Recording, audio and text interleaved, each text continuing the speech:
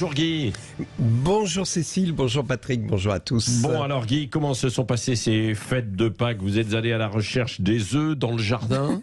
Oui. Oui, je vois que vous situez d'entrée ma chronique à un très haut niveau. Oui, J'ai diplomate. respecté la tradition, mais je dois vous avouer que ces fêtes de Pâques m'interrogent sur le plan théologique parce que Pâques célèbre la résurrection du Christ, n'est-ce pas? Et c'est là que je bloque parce que je vois pas le rapport entre cette scène biblique et sa commémoration qui consiste à manger une poule en chocolat achetée chez Auchan.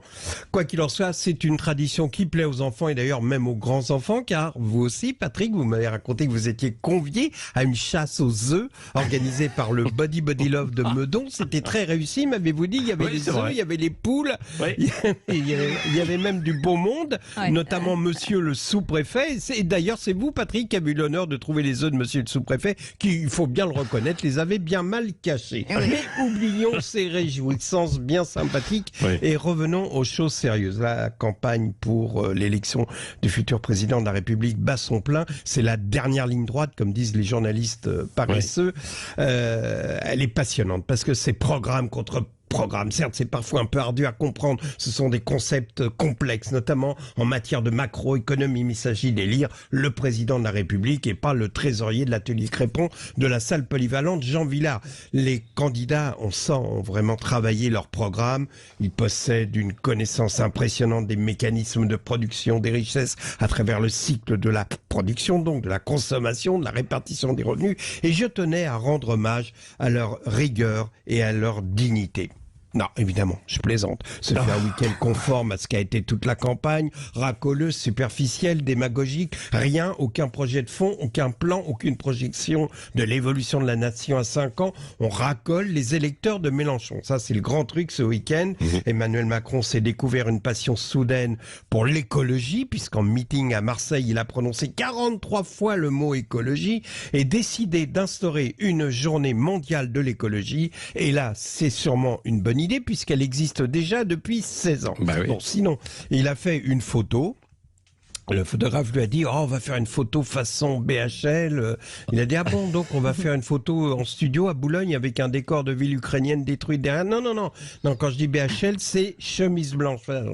Donc tu ouvres ta chemise. Et là, paf, on voit apparaître des Miss Rousseau. Donc à la grande surprise des photographes, qui n'a rien osé dire, évidemment. Là, c'est dingue. Je ne sais pas si vous avez vu cette photo. Le président a un torse de routier portugais. C'est bien simple. Affalé sur son canapé, on a l'impression du mec qui vient de faire Paris-Lisbonne dans la nuit en conduisant son 20 tonnes. Quoi. Alors, pour l'équilibre du temps de parole, je vais vous parler de Marine Le Pen, qui elle aussi a fait une photo avec un bébé dans les bras. Là, on voit bien qu'elle est déçue. Elle a dit, ah bon, un bébé, vous êtes sûr? J'aurais préféré un chat. Bon, je sais pas si vous avez vu la photo. Elle fait une grimace. Bon, l'autre venait de lui régurgiter son biberon sur son carré Hermès. On a dit, je vous avais bien dit que je préférais un chat. Alors elle, pour racoler chez Mélenchon, elle s'est trouvée un amour pour le voile. Elle dit, le voile, je suis pour. Enfin bon, mais ça ne concerne que la ménagère de plus de 70 ans dont le fils s'est battu pour la France. Vous voyez, il y a quand même une légère restriction. Sinon, grande nouvelle argenteuillaise, le ministre de la Justice, M. Dupond-Moretti, est venu à Argenteuil en meeting. Les journalistes l'attendaient, lui ont demandé en se marrant, alors ça fait quoi de venir à Argenteuil? Ben oui, parce que Dupond-Moretti, il est plutôt Monaco, Maserati, société offshore qu'Argenteuil. Mais il a souri, il a répondu... vous voyez, un peu comme si il venait dans la cage aux fauves, quoi.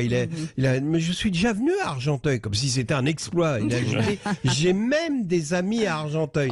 Ça vous étonne? Je viens à Argenteuil. On aurait cru Richard Berry, vous savez, Richard Berry qui mange un yaourt, ça vous étonne? Bon, non, je plaisante.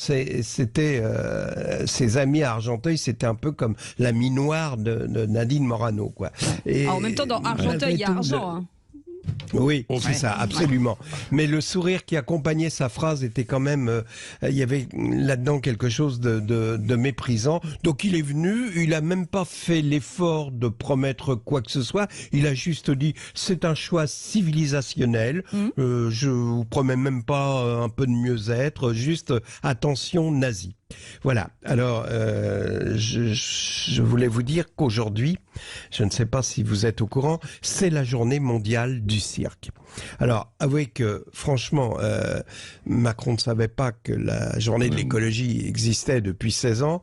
Visiblement, les deux candidats savaient que la journée du cirque était aujourd'hui, et ça fait déjà des semaines qu'ils l'honorent, et c'est pas fini.